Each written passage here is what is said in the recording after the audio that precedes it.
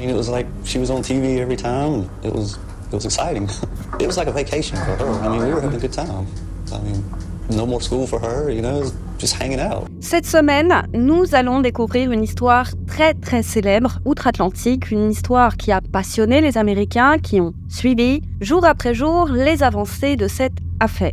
Une affaire pas tout à fait comme les autres. La victime, Elizabeth, fera preuve d'un instinct de survie hors du commun, d'une capacité d'adaptation à toute épreuve et aussi et surtout d'une finesse d'esprit incroyable, tout comme malheureusement son bourreau qui n'a rien laissé au hasard, qui a pensé à tout dans le moindre détail. Je ne vous en dis pas plus. Découvrez aujourd'hui la triste histoire d'Elizabeth Shroff.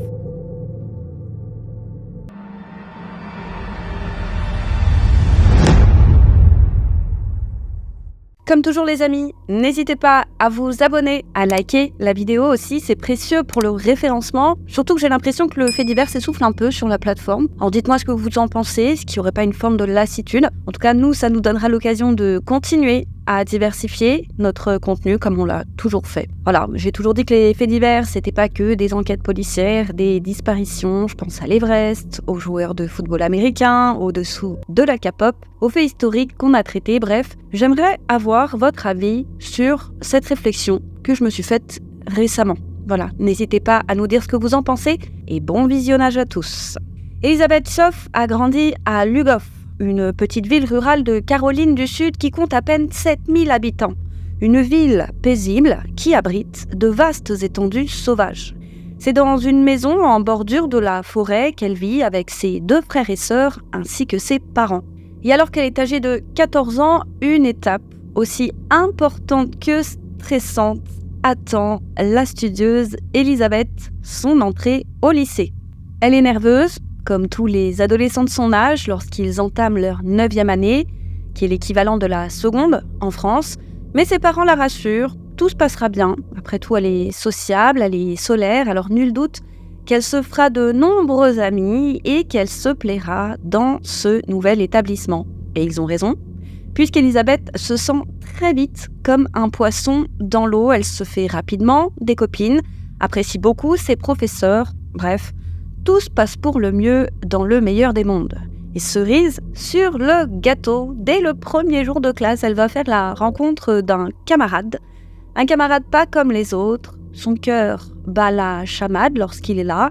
Et par chance, c'est réciproque. Alors, quoi de plus beau que de vivre les palpitations d'un premier amour? Elizabeth vit un rêve éveillé. Un rêve qui se transformera bientôt en cauchemar et qui tiendra tout le pays en haleine. Puisque non loin de là, un homme s'active. En pleine forêt, à l'abri des regards, il a entrepris un projet fou. La construction d'un bunker. Il en rêve depuis longtemps, il a mûrement réfléchi son projet, puis s'est savamment préparé. Il n'en a pipé mot à personne et pour cause, ce qu'il prépare est sordide. C'est un véritable travail de forçat qu'il a abattu jour après jour, semaine après semaine, mois après mois, et bientôt, le bunker est prêt. Il fait tout de même 14 mètres carrés pour 1,80 m de hauteur et il est situé 2 mètres en dessous du sol, perdu au milieu de nulle part, caché par l'immensité de la forêt, et la trappe, quant à elle, a été méticuleusement dissimulée, si bien dissimulée qu'il est presque impossible de la repérer. Et cet homme, c'est Vinson Filio, un redoutable prédateur de 36 ans. Il est en fuite depuis 1 an pour des faits sordides. Il s'avère qu'il n'a pas choisi sa dernière conquête au hasard. S'il l'a choisi, c'est pour sa progéniture âgée d'une 12aine d'années, la douce Amber. C'est elle qui lui plaît. Alors, il a séduit la mère qui n'y a vu que du feu et qui a sans tarder emménagé avec lui, embarquant avec elle sa petite famille, l'estimant digne de confiance. Et c'est ainsi que le piège s'est refermé sur sa victime. Et Vinson a profité de chaque occasion pour s'en prendre à elle. Mais véritablement à chaque instant où il s'est retrouvé seul avec elle, des mois durant, mais n'en pouvant plus, un jour, Amber a décidé d'en parler à l'un de ses professeurs en qui elle avait toute confiance. Et ce professeur n'a pas attendu une seule seconde avant d'alerter les autorités. Alors, se sachant fichu, Vincent a pris la fuite. Il est allé se cacher dans la forêt, sous terre même, puisque bricoleur hors pair, à l'aide de détritus, d'arbres, de branches, il a construit différents bunkers pour se cacher. Et il n'a eu de cesse un an durant de ruminer contre les forces de l'ordre. Si sa vie est aussi minable, c'est à cause d'eux. Mais il va lier l'utile à l'agréable, puisque sa prochaine victime, il va la cacher ici, dans son dernier bunker. Et quand il en aura assez d'elle, elle servira d'appât pour attirer les adjoints du département du shérif du comté de Kershaw, puis boum, il fera tout péter et il regardera la scène de loin. C'est donc pour ne jamais avoir à mettre les pieds en prison que lui est venue l'idée d'un bunker plus spacieux pour accueillir cette fois 2 personnes.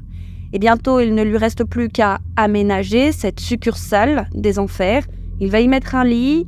Au plafond, il a fixé une solide chaîne. Elle est massive, de cette manière impossible pour sa victime de quitter le lit. Il y a aussi une télévision à pile, un réchaud, des vêtements de rechange, des denrées alimentaires, principalement des nouilles instantanées, et en guise de toilette, une chaise de patio trouée avec un seau en dessous. Et voilà, son insolite résidence est désormais prête. Et l'emplacement du bunker n'est pas non plus le fruit du hasard. Il est situé non loin d'un arrêt de bus scolaire, arrêt fréquenté par nombre d'élèves de la région, un vivier de choix pour le sadique Vincent. Ne lui reste plus qu'à attendre sagement qu'un petit agneau ne s'éloigne du troupeau. Et hop, ce sera dans la poche. Et désormais, maintenant que tout est prêt, il ne manque plus que le principal, la victime. Et là aussi, il a mis au point un redoutable plan. Un plan aussi machiavélique qu'élaboré. Un plan qu'il ne va pas tarder à mettre en application. Et pendant ce temps, non loin de là, Elizabeth nage dans le bonheur. Elle a l'insouciance de son jeune âge. Elle se rapproche jour après jour de son cher et tendre. Mais quelques jours seulement après la rentrée, le mercredi 6 septembre 2006, tout va basculer. Et le 6 septembre est un jour comme les autres. Ce matin-là, il fait beau, il fait chaud. Elle finit d'avaler son petit déjeuner avec son petit frère, Donnie, âgé de 12 ans. Les deux discutent de tout et de rien, puis ils se mettent en route pour l'école. Et donc, comme nombre d'Américains, ils doivent emprunter le bus scolaire. L'arrêt est juste à côté de chez eux, à une poignée de minutes à pied, à l'orée du bois, juste au bout du chemin. Donc, ils se rendent à l'arrêt, ils grimpent dans le bus, et leur journée au lycée pour l'une et au collège pour l'autre se passe sans encombre, puis vient la fin des cours pour Elizabeth. Elle grimpe dans l'un des autobus scolaires avec ses amis, l'ambiance est joyeuse, ils sont plusieurs à descendre au même arrêt, sauf qu'à un moment, le grand frère de l'un des camarades d'Elizabeth s'arrête à leur hauteur. Il propose à qui le veut de leur faciliter le retour et de les raccompagner en voiture. Super, se disent les jeunes, ils vont tous accepter à l'exception d'Elizabeth. Ça n'a aucun intérêt pour elle puisqu'elle est alors à seulement 200 mètres de chez elle. Et alors que ses camarades s'entassent dans la voiture, Elizabeth poursuit sa route, ne lui reste plus qu'à parcourir le fameux chemin, à savoir une petite route de campagne avant d'arriver chez elle. Et la vie d'Elizabeth est réglée comme du papier à musique. Elle doit faire ses devoirs en attendant le retour de ses parents. Mais comme l'anniversaire de sa cousine arrive bientôt, elle a prévu plein de surprises et elle doit signaler tout ça. Et alors qu'elle n'est plus qu'à 60 mètres de chez elle, elle voit même sa maison, elle est là, juste en face. Ses chiens, Stewart et Boomer, qui sentent sa présence, sont même déjà en train d'aboyer, prêts à l'accueillir comme il se doit. Voilà qu'elle entend des bruits de pas. Elle entend des feuilles craquer derrière à sa droite. Elle se retourne et elle n'a le temps de rien dire qu'un homme s'approche d'elle et lui montre un badge de police. Et il lui explique qu'il travaille pour le département du shérif du comté de Kershaw et qu'elle est en état d'arrestation. Et Elizabeth ne doute pas une seconde puisque cet homme a un pantalon de camouflage et une chemise verte, comme dans les films. Mais elle est tout de même surprise. Elle se demande ce qu'elle a bien pu faire de mal. Et elle le sait, rien. Il doit y avoir méprise, mais elle obéit docilement, prête à se rendre au commissariat. Et voilà que le policier lui passe les menottes. C'est comme ça, il dit que c'est la procédure. Et vous l'avez déjà probablement compris, cet homme c'est Vinson. Vinson tient fermement l'adolescente, il bifurque et s'enfonce avec elle dans la forêt qui borde le chemin. Elisabeth est inquiète, elle demande à celui qu'elle pense être un policier où ils vont comme ça, elle demande aussi où est son petit frère, ce à quoi Vinson lui répond que son petit frère a déjà été arrêté avant elle pour détention de stupes. Et il hâte le pas. Elisabeth sait que quelque chose ne va pas. Dès qu'ils sont entrés dans la forêt, elle a su, mais c'est trop tard, la voilà désormais seule dans les bois, menottée avec un inconnu. À ce moment, elle espère encore que son instinct lui joue des tours et que c'est bien là un policier.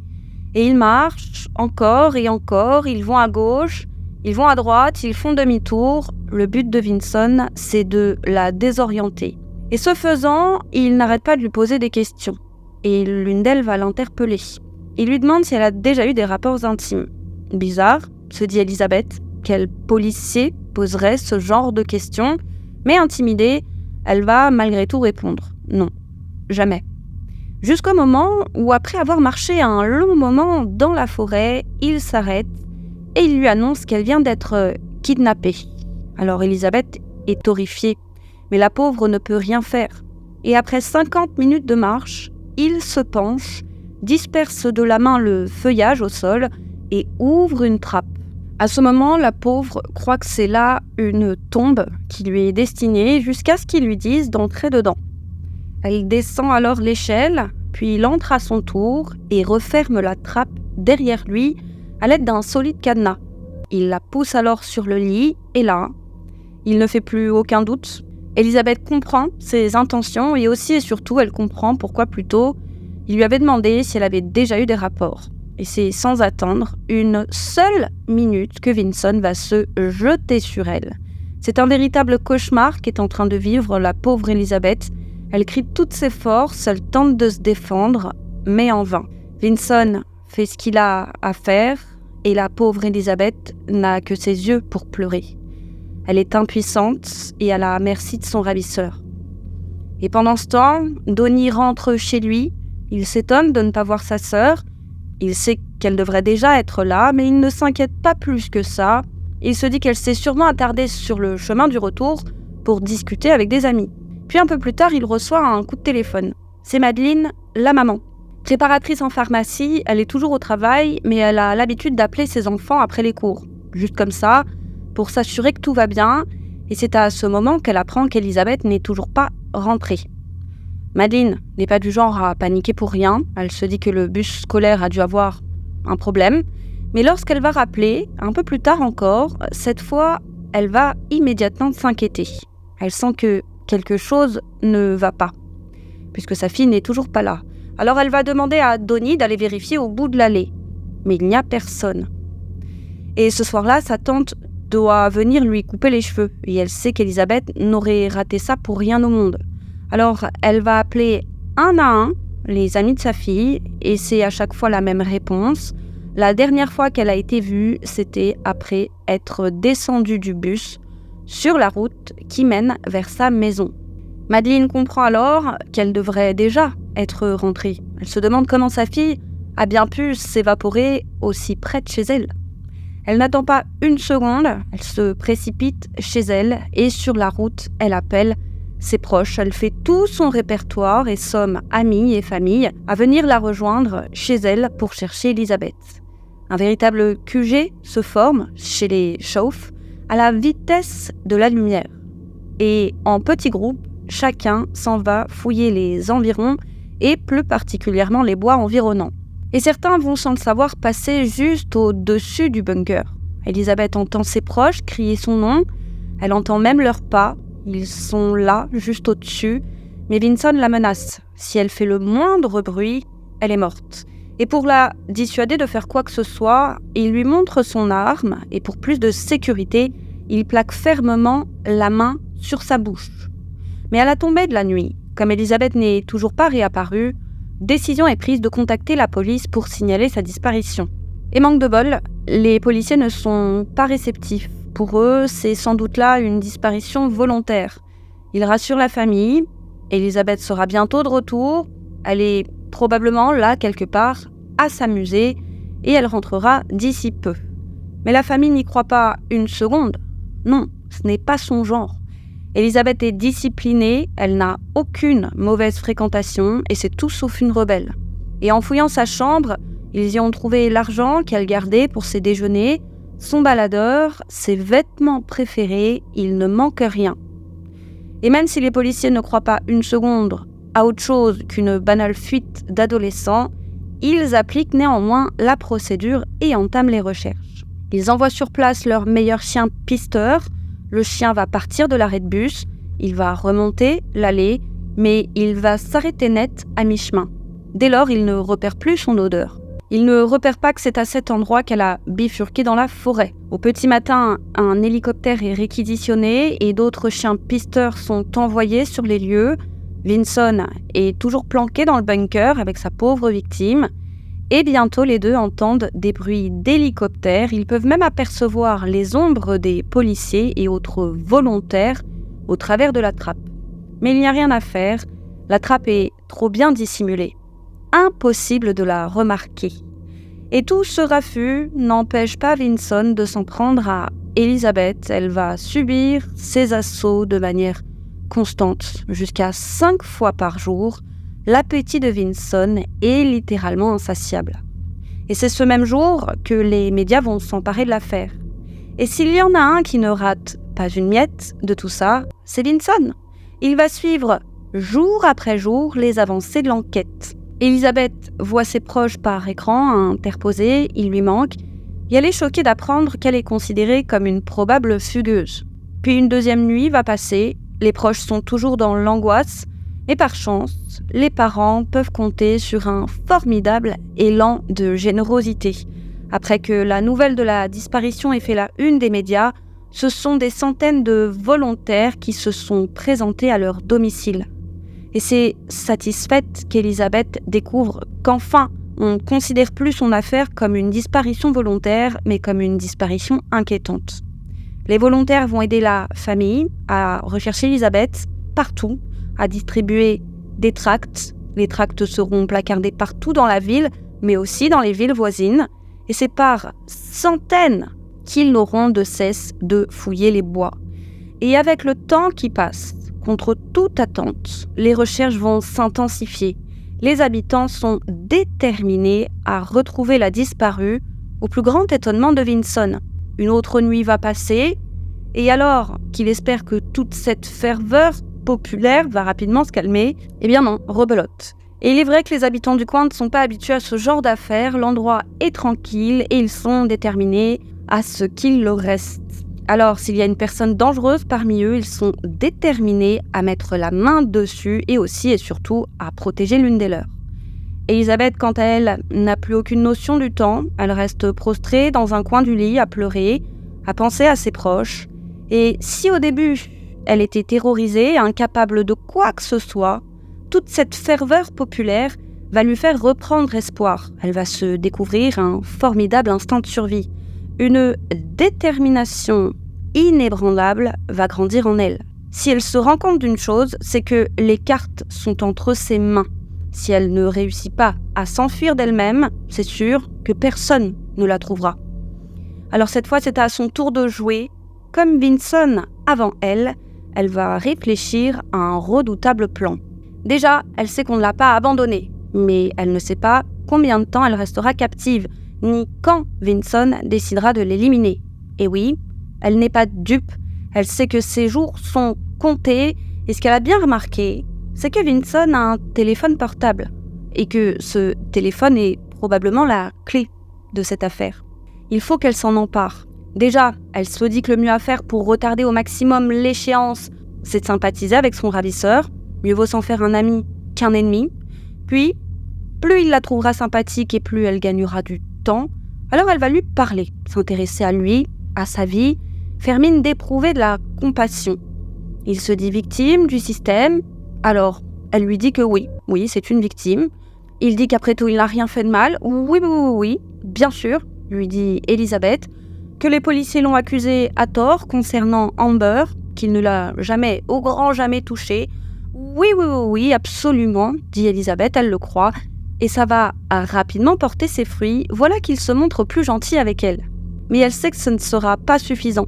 Il va aussi falloir qu'elle ait l'estomac bien accroché, puisque la prochaine étape, c'est de faire semblant de tomber amoureuse de lui. Et même de faire semblant d'éprouver du désir pour lui à chaque fois qu'il s'attaquera à elle. Il l'appelle bébé, alors elle va l'appeler bébé en retour, et elle ne le sait pas, mais elle applique à la perfection la technique de la psychologie inversée. Elle va se dissocier au maximum et mettre un masque. Dans sa tête, elle va se répéter qu'elle peut le faire, qu'elle doit le faire, quoi que ça lui coûte. Et alors que les jours passent, un jour, puis un autre, puis encore un autre, sa stratégie va marcher. Vinson n'y voit que du feu. Quand il lui dit qu'il l'aime, elle lui répond qu'elle aussi. Elle lui dit qu'elle le suivra partout où il ira et que jamais plus elle ne voudra le quitter. Et progressivement, Elizabeth aura plus de liberté. Si au début, Vinson lui interdisait de se vêtir, il va finalement lui prêter des vêtements. Si au début, elle ne pouvait pas quitter le minuscule espace du lit à cause de la chaîne, il va finalement la libérer la plupart du temps, même lorsqu'il dort.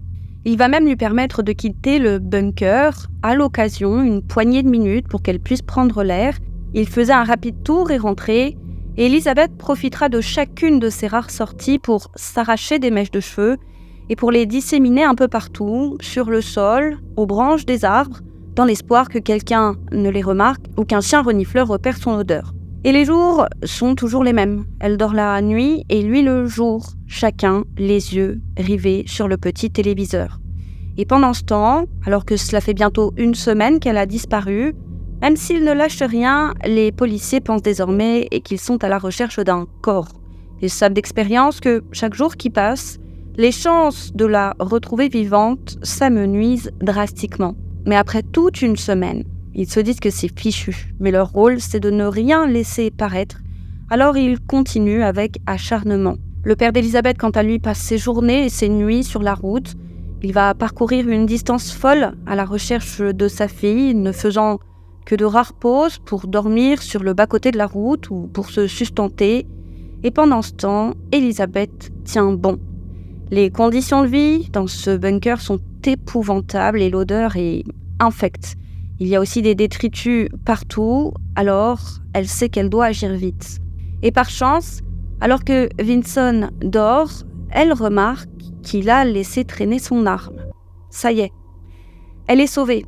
Sans faire de bruit, elle le sort délicatement de son étui. Elle le vise, mais manque de chance, elle s'enraye. Mais, par chance, sa tentative n'a pas réveillé Vinson. Elle la remet alors à sa place dans son étui et elle fond en larmes, en silence.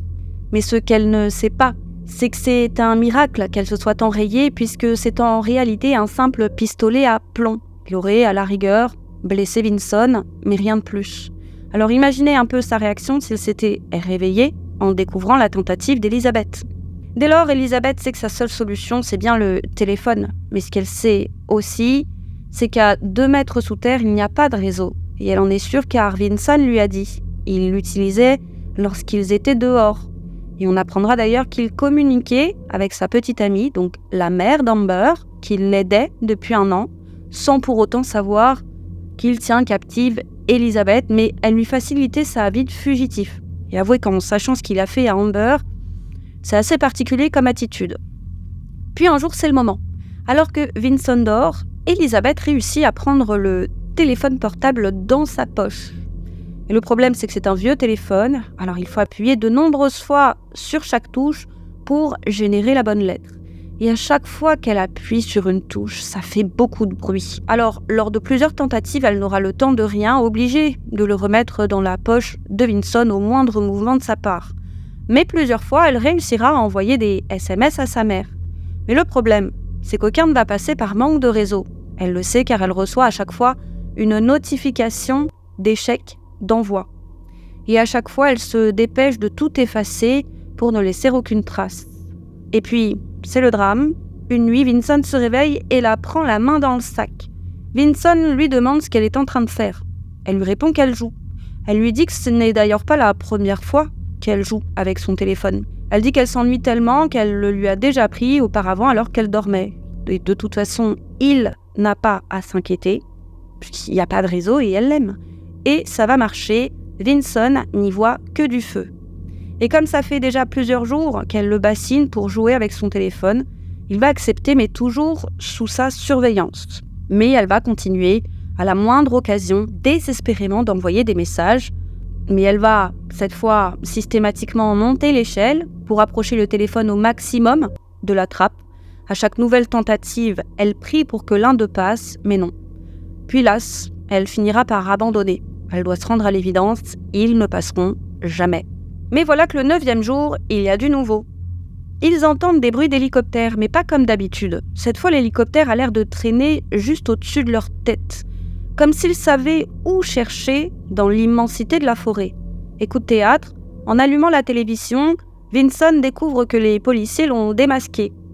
Ils ont trouvé son identité et ils sont à sa recherche. Ils vont rapidement savoir comment il a été démasqué. Il est dit, au bulletin télé de 11h, que la maman, Madeleine, a reçu un SMS de sa fille. Et même son contenu est divulgué. C'est un SMS reçu 2 jours plus tôt, le 7e jour. Il dit « Hey maman, c'est Lizzie. Tu sais, je suis dans un trou au bord de la route ou près de Charm Hill, la route où les gros camions entrent et sortent. » Et voici donc ce qui s'est passé ce fameux 7e jour, jour de l'envoi de ce SMS. Cette nuit-là, Madeleine reçoit dans la nuit ce SMS d'un numéro inconnu. Et Madeleine est folle de joie. Le voilà le miracle qu'elle attendait. Et elle sait avec certitude que c'est là sa fille, puisqu'elle est la seule à l'appeler Lizzie. Ni son père, ni ses frères et sœurs, ni ses amis ne l'appellent comme ça. Elle a tout de suite prévenu les autorités qui ont pu rapidement retracer le numéro et ainsi découvrir, horrifiés, qu'il appartenait à Vinson Philao, ce fugitif qu'ils recherchent depuis 1 an. Ils vont sans attendre perquisitionner son domicile, vacant depuis 1 an, ou devrais-je dire sa caravane.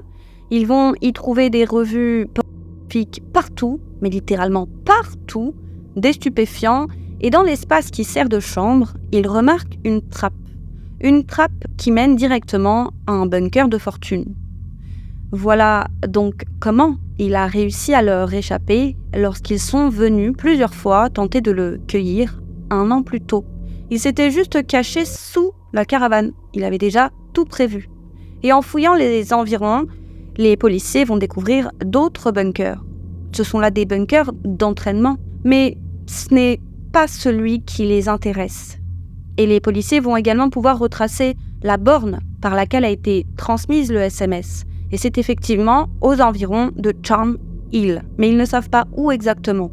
Ils vont alors utiliser une sorte de caméra thermique qui repère la chaleur corporelle, donc même cachés dans le noir et sous terre, ils sont en mesure de pouvoir débusquer âme qui vive. Mais Vinson le malin avait prévu le coup. Il avait lors de la construction du bunker recouvert la structure d'une couverture thermique achetée à seulement $1,99 au supermarché du coin. Et lorsqu'il sortait avec Lizzie, il se couvrait avec. Et on apprendra plus tard qu'il ne se privait pas pour retourner voir tranquillement sa petite amie, alors même qu'il était recherché intensivement. Donc alors même qu'il venait de kidnapper Lizzie. Donc il se débrouillait dans la nuit noire, alors même qu'il était recherché. Donc malgré leur découverte, les policiers font chou blanc. Et alors que ça fait 9 jours qu'Elisabeth est enfermée dans le bunker, le shérif prendra la décision très controversée, voire même considérée comme stupide, de diffuser l'information du SMS dans la presse.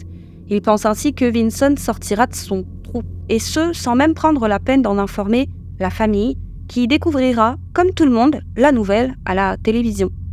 Et c'est le choc, un cataclysme pour les proches. Ils sont furieux, dégoûtés, ulcérés qu'il ait pris un tel risque. Ils pensent même qu'il a peut-être sûrement condamné leur fille. Elisabeth, elle aussi, tombe des nues, mais elle va avoir le bon réflexe.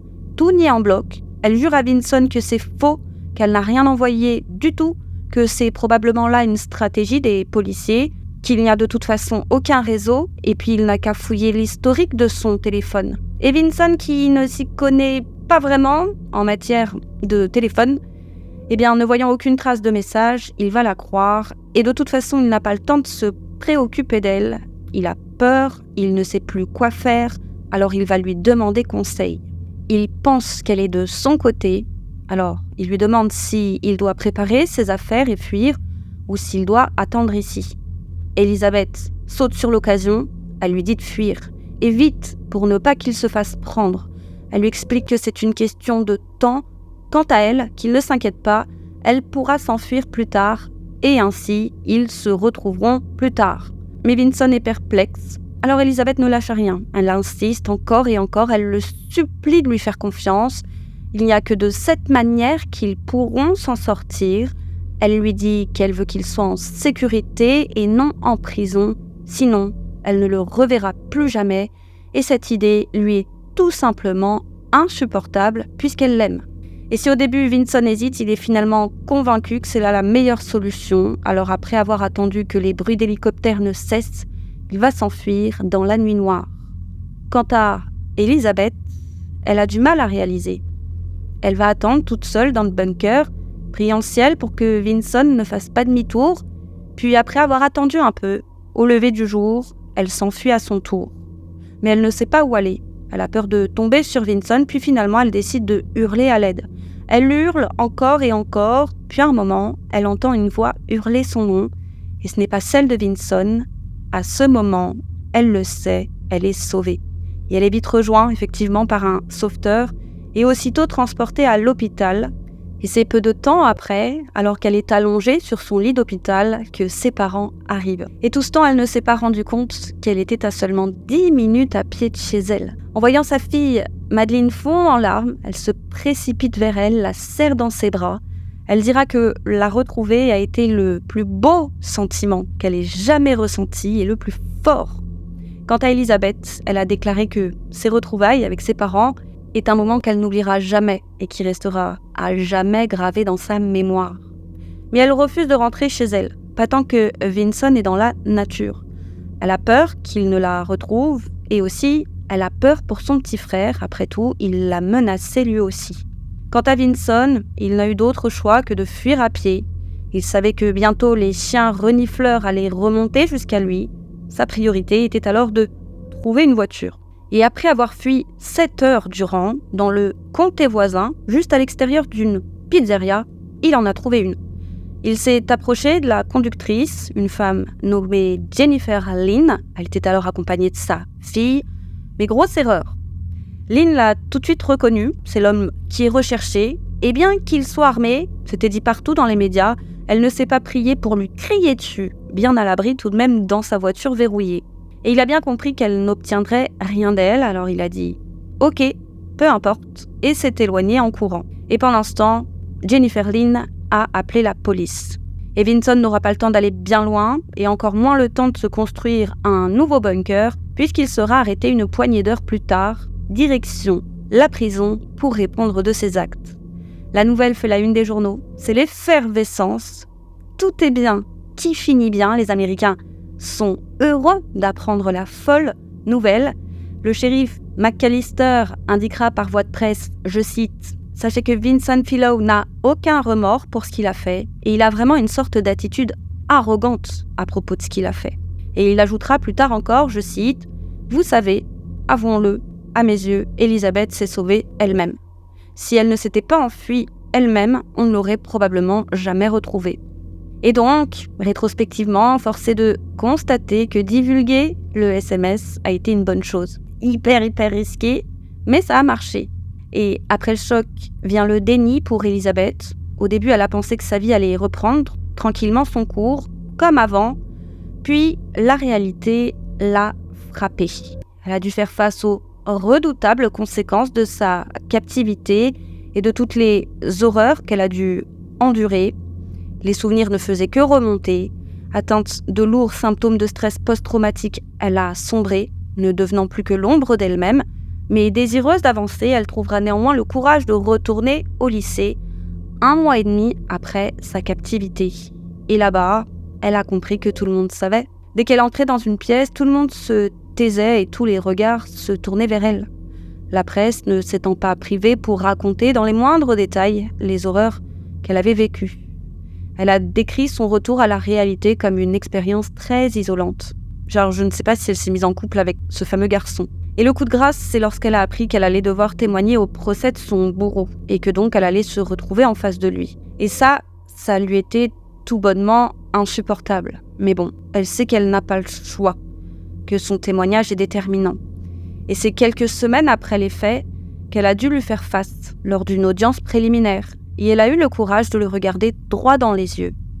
Vinson a expliqué lors de cette audience qu'il avait été injustement accusé pour Amber, et que du coup, comme on le considérait coupable, eh bien, il a décidé de l'être vraiment, en s'en prenant à une autre victime. Il s'est dit victime du système, a trouvé injuste qu'on n'ait même pas cherché à écouter sa version. Il va même expliquer que sa victime devait initialement être la petite Amber, celle qu'il surnommait Peanut et qu'il adorait comme un père aime sa fille. Mais comme elle a été placée avec ses frères et sœurs en famille d'accueil, eh bien, il n'a eu d'autre choix que de changer de cible. Et il va même se payer le luxe d'expliquer qu'Elizabeth était libre de ses mouvements, libre de partir à tout moment du bunker et que c'est elle qui désirait rester avec lui. Il a révélé que leur plan était même d'écrire un livre pour gagner beaucoup d'argent et s'enfuir. Bref, personne n'a cru à ces déclarations. Le procès a été fixé à l'année suivante, mais coup de théâtre, une poignée de minutes avant le premier jour du procès, il a finalement plaidé coupable et a convenu d'un accord avec le procureur. Il a accepté l'unique accord qui lui était proposé et qui n'en était pas vraiment un, à savoir la peine maximale encourue, 421 années de prison. Et ce même jour, il a remis à la justice un manuscrit de 120 pages qu'il avait écrit derrière les barreaux alors qu'il attendait son procès, et tout y était consigné dans les moindres détails. Il a décrit son plan, les préparatifs, ce qu'il a fait endurer à Elizabeth. Il a même raconté toutes les horreurs qu'il avait fait subir à Amber. Un véritable soulagement pour ces victimes qui n'ont pas eu à venir témoigner à la barre. Alors soit Vinson voulait leur épargner ça, soit il voulait s'épargner l'humiliation d'un procès très médiatisé. Ça, on ne le saura jamais. Sa condamnation sera actée en septembre 2007. Il ne fera plus parler de lui derrière les barreaux. Et c'est le 4 mai 2021 qu'il décédera en prison à l'âge de 51 ans.